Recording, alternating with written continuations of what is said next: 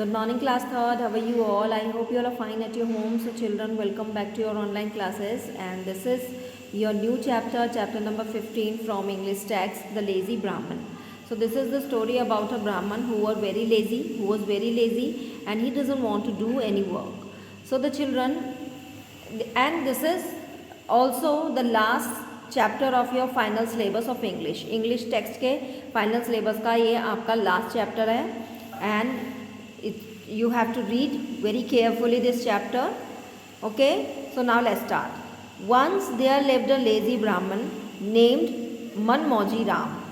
Every day he would set out in the morning with his begging bowl.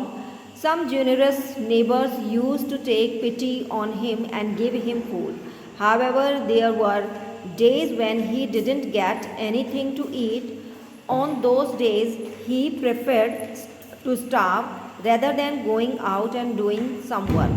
तो यहाँ पर ये जो एक बार क्या था, एक क्या होता है, एक ब्राह्मण होता है जो कि जिसका नेम क्या था, मनमौजी Ram.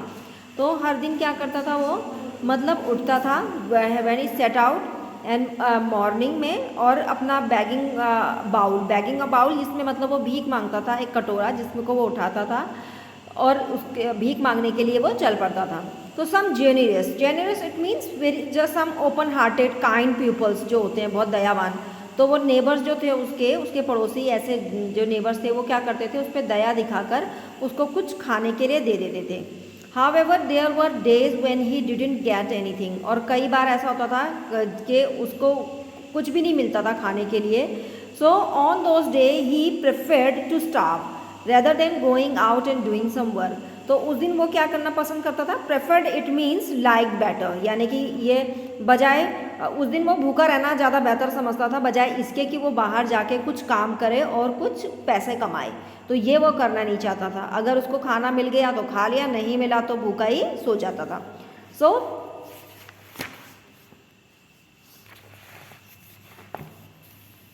One particular day proved to be very lucky for him. एक दिन क्या हुआ, एक जो दिन था बड़ा किस्मत से उसके लिए बड़ा अच्छा साबित हुआ. A rich man in a generous mood gave him pot full of flour. ठीक है, एक दिन जो एक आदमी था बड़े जेनरियस मूड में था, मतलब बहुत अच्छे मूड में था वो, ओपन हार्टेड, उसका दिल उस दिन बहुत ज़्यादा खुला हुआ था, वो काफ़ी दान वो कर रहा था. तो उसने क्या दे दिया उसको, एक पूरा पॉट, एक बर्तन भर के फ्लोर जैसे कहते हैं आटा, वो भर के उसको दे दिया. Manmauji Ram couldn't believe his eyes. इतना उसको अच्छी भीख उसको मिल गई थी कि उसको अपनी आंखों पे विश्वास ही नहीं हो रहा था कि उसको किसी ने इतना सारा आटा जो है आज दे दिया. He thank the man profusely and ran back home. उसने बहुत दिल से जो है उस आदमी को धन्यवाद किया और अपने घर वापस आ गया. He hung the pot of flour just above his cot and lay down.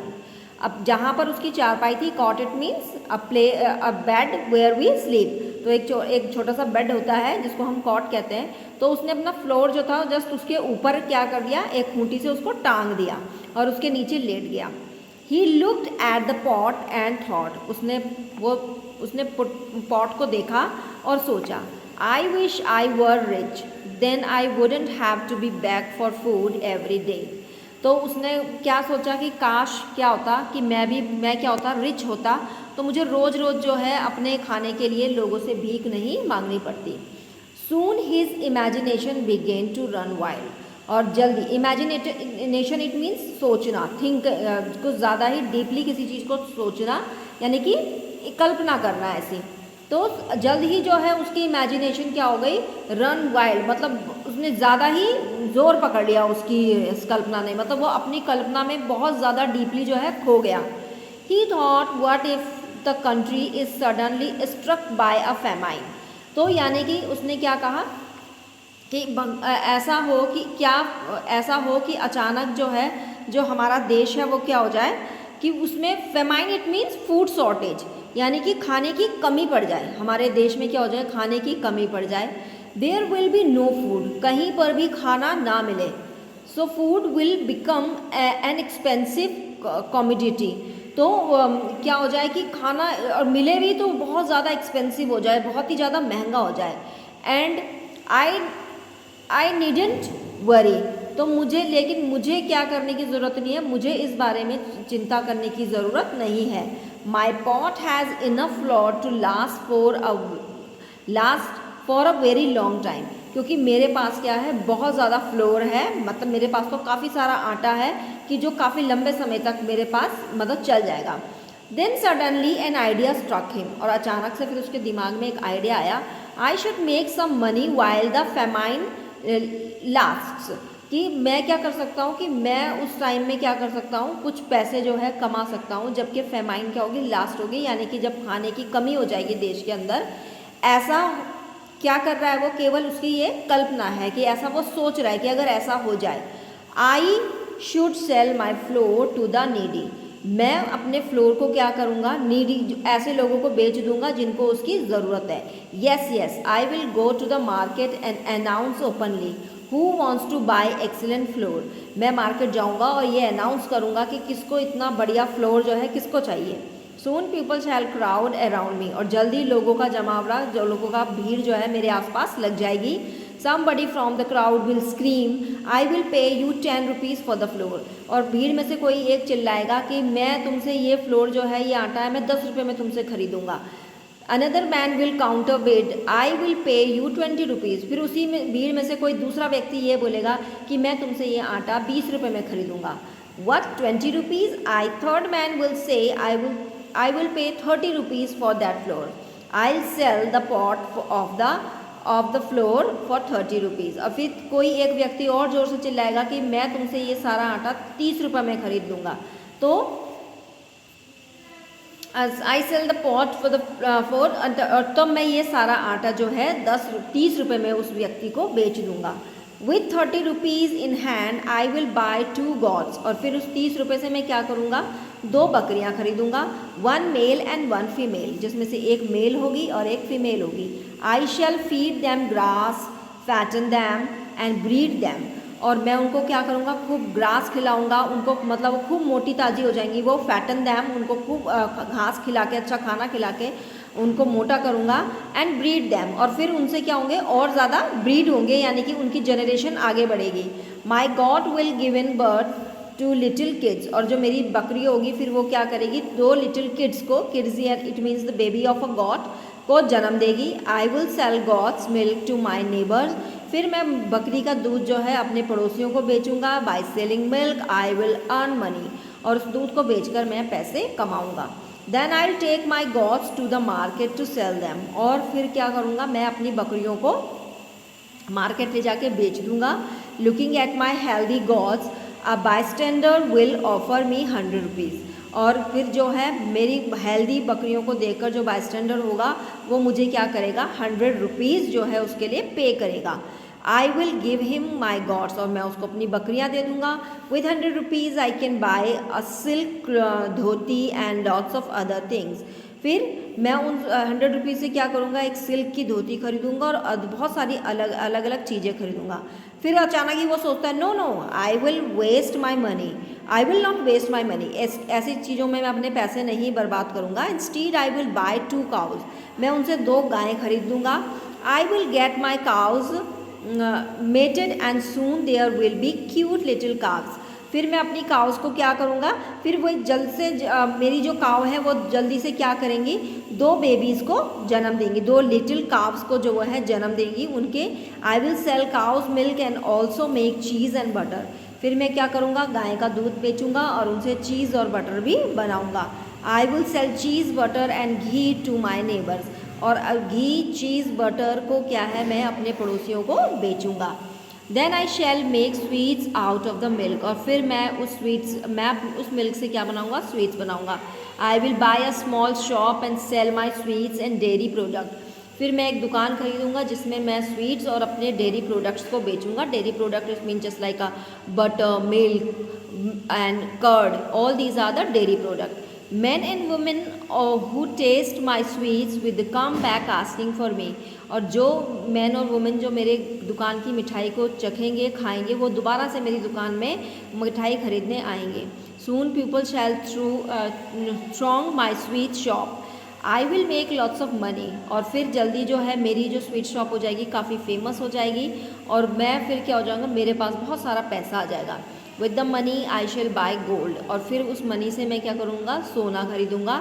I will soon become a merchant, a gold merchant, और फिर जल्द से फिर मैं क्या बन जाऊँगा, जल्दी मैं एक मर्चेंट बन जाऊँगा, गोल्ड मर्चेंट बन जाऊँगा मैं। I will build a big house with a beautiful green lawn, मैं फिर एक बड़ा सा घर बनाऊंगा जिसके आगे एक बहुत सुंदर सा ग्रीन लॉन होगा। There will be pool in the courtyard filled with lotus flower, और फिर मेरे घर के आगे जो आंगन में क्या होगा, एक बड़ा सा पुल होगा जिसमें कि जिसको जो किससे फिल होगा, लोटस फ्लावर से। White swans will also grace my pool, जो वाइल्ड स्वाइन्स यानी कि वाइट स्वैंस, स्वैन माने जो हंस होते हैं, वो भी मेरे क्या करेंगे, मेरे पूल की शान को बढ़ाएंगे। Soon I will be a well known man, और जल्दी से मैं क्या हो जाऊँगा, एक वेल नोन मैन बन जाऊँगा, एक प्रसिद्ध आदमी मैं बन जाऊँगा।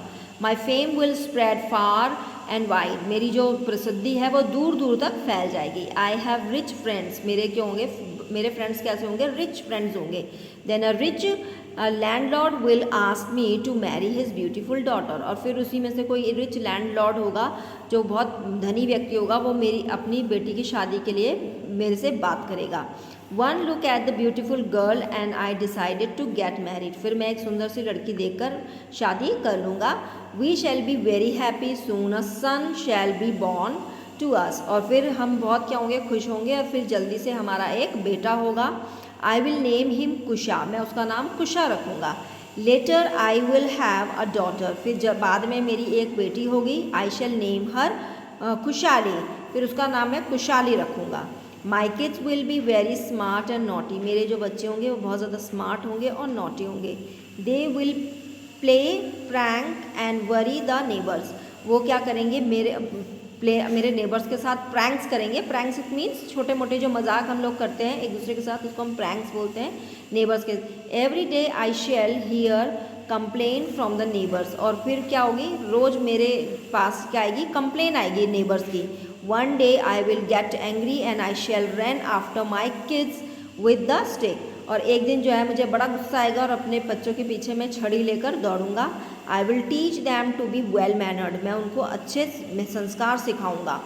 आई will hit them with a stick, और मैं उनको क्या करूँगा, डंडी से उनको मारूंगा, इसके स्टिक से मारूंगा। Saying this he picks up a stick lying next to the cot and hits the pot, और यही सोच में डूबे डूबे उसने एक लकड़ी उठाई, एक स्टिक उठाई, और उसको वो पीटने लगा। अपने चारपाई के बगल से उसने एक लकड़ी उठाई और वो उस लकड़ी को पीटने लगा। वो इतना ख्यालों में खो गया था कि उसने इमेजिन किया कि सचमुच में उसके बच्चे उसके आगे हैं, और उसने क्या कर दिया, गलती से उसने उस पॉट को हिट कर दिया। ढम ढम the pot comes crashing down, और जो उसका पॉट था फ्लोर से भरा हुआ वो नीचे गिरकर बिल्कुल क्रैश हो गया, टूट गया, उसके टुकड़े टुकड़े हो गए।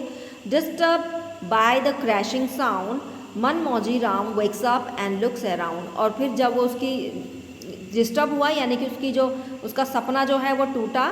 क्रैशिंग साउंड यानी कि जो बॉल के गिरने से जो साउंड, क्रैशिंग साउंड जो हुआ, उससे मनमौजी की जो है ड्रीम एकदम उसकी इमेजिनेशन में डिस्टर्ब हो गया। वो Manmauji Ram wakes up and looks around, और मनमौजी राम जो उठा और अपने चारों तरफ देखा। He doesn't see his wife, his kids, his house और हिज गार्डन, लेकिन उसको कुछ भी नहीं दिखाई दिया, ना उसकी वाइफ, ना उसके बच्चे, ना उसका हाउस और ना उसका garden. All he saw was flour and pieces of broken pot laying scattered on the floor, और जो कि अब उसने जब उसने देखा तो वो उसके क्या थे वहाँ पर, जो वो ब्रोकन बाउल, वो ब्रोकन पॉट जो था वहाँ पर था, टूटा हुआ पॉट वहाँ पर था, और स्कैटर्ड ऑन द फ्लोर, जो कि फ्लोर में जो उसके छोटे छोटे टुकड़े जो थे उसके स्प्रेड आउट पूरे के पूरे फ्लोर में उसके मिल गए थे, और सारा फ्लोर जो था उसका आटा जो था ज़मीन पर बिखरा पड़ा था। So the children, it was a very funny story and I hope you would have enjoyed it. So the children, today we will only read the story. आज हम केवल इस स्टोरी को पढ़ेंगे and we have explained it, and the book work of this chapter we will do in the next class. So your homework is you have to read this story very carefully, and that's all for today, and the other work we will do in the next